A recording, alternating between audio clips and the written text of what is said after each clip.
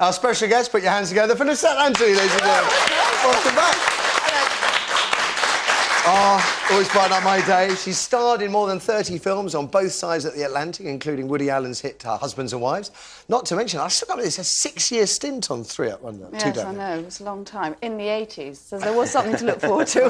Indeed. Her latest role at London's Jermyn Street Theatre promises plenty more laughs as you're in a new play about MPs' expenses. Yeah, and I've got my Sam Cam look, darling. Is that... I mean, tell us first of all, what's the play called? It's called No Expense Spared, and it is a brand new play, but it is a very traditional farce, as in it's funny, about the political situation. So it was a bit of a scary time 4 weeks back as the play was being ripped, rewritten, you know, as we were... So it's literally been written sort of started pre-election and finished post? Yes, absolutely. I mean, it's been sharpened, the politics have been sharpened up. I mean, it is the structure of the play to make it funny and all the madness, because the farce, basically, something goes wrong. In this, it's 6 bottles of nail varnish. Is it going to absolutely destroy this man's career?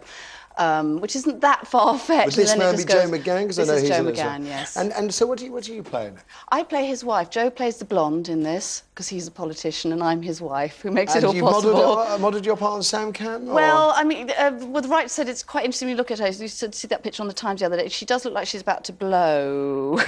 She's sort of holding it all in. And mine is, well, should we just best say eccentric? So, and also unbelievably bored. It's new old guard. If you imagine what that life is like, you know, opening all these fetes, farmers' shows, just all this boring stuff you have to spend your life doing. I saw her reading through the Queen's speech the other day. I must have been looking enthralled. Now, Lysette has also starred in loads of pop videos, including 3 Bryan Adams videos, arguably the best tunes he actually wrote, Summer of '69, Heaven and Run to You.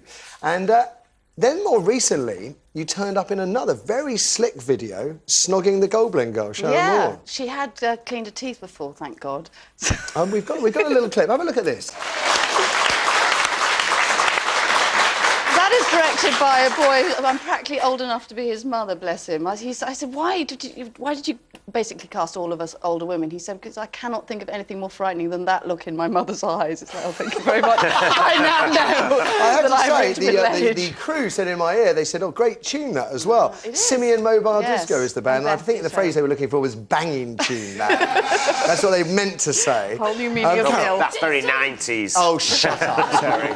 David Bailey once said that you were the face of the 80s. I mean, that's a lot to live up to and a big compliment. But it wasn't my face. I was just, you know, flesh on limbs. Like, what he meant was that the childlike look, 'cause I looked about 12, so he was actually 20 years too soon. So, you know, I was there sort of struggling along with, you know, with Jerry Halls and all of that, this little round-faced But huge compliment, because he saw a lot of faces, a lot of great faces. Well... And he picked you out. He picked me out, yes. Yeah. So just so, I mean, we're going to talk about the 80s, but why not? I mean...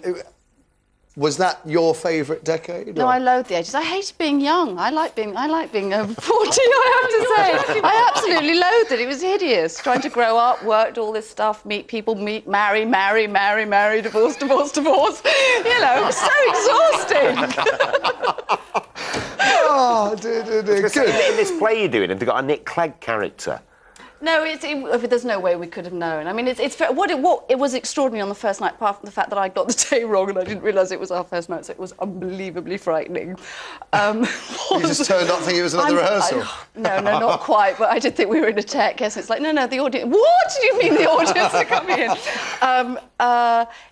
I can't remember. What did you... sorry. No, is there a Nick Clegg? Is there a Clegg in the coalition? Because I always look at him and I always think he's got the demeanour of a man who's permanently irritated. You know, like someone's just parked in front of his drive.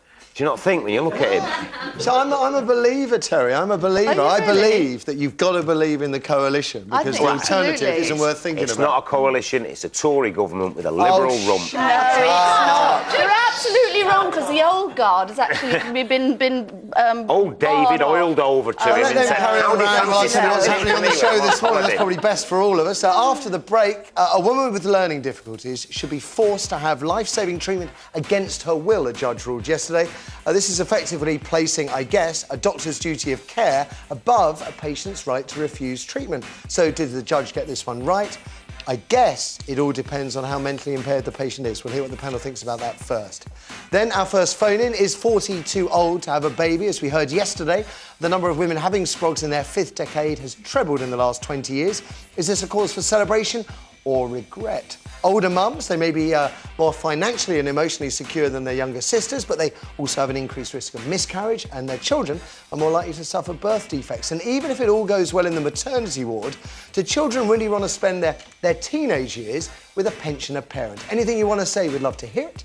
After that, is intelligence overrated? Now, Lysette and I have been arguing about this before we came to air, because Lysette actually said it was. Misquoted. There's no way. It was a questionnaire, and the questionnaire read, Lysette, what is the most overrated virtue? And you replied, intelligence. I was probably making a joke, you know. But maybe there's something to it. Being bright doesn't guarantee you anything in life, so why bother filling your head with nonsense like facts? You'd be better off developing other virtues, perhaps slyness, kindness, strength, or coolness, wouldn't you? And then finally, we're going to find out how often you wash, which is a bit personal, I know, but thank God we're not on ITV. Most of us clean ourselves once a day, but a new survey has found 1 in 20 of us bathe but once a week. Are they disgusting people? Maybe not, maybe not. One doctor reckons we damage our immune system by washing too often, so maybe a little bit of dirt is good for all of you. Here's sadly, she's not dirty at all today. It's the fragrant Kirsty with all the numbers. We like you dirty, Kirsty. I'm never dirty. Boo! If you'd like to contact the show this morning, the number to call, as usual, is 0207 173 5555. Calls will set you back a maximum of 10 pence a minute, and remember that is based on a BT landline call, so your mobile phone charges and other networks may vary. You can email us rightstuff@5.tv, and if you'd like to send your texts, then send them to 80088. Texts are going to cost you 25 pence plus your standard network charge. Remember, we won't be able to show all of your messages on screen. And always remember to put TWS before your comments. And of course, if you are on Twitter, then do give us a tweet this morning.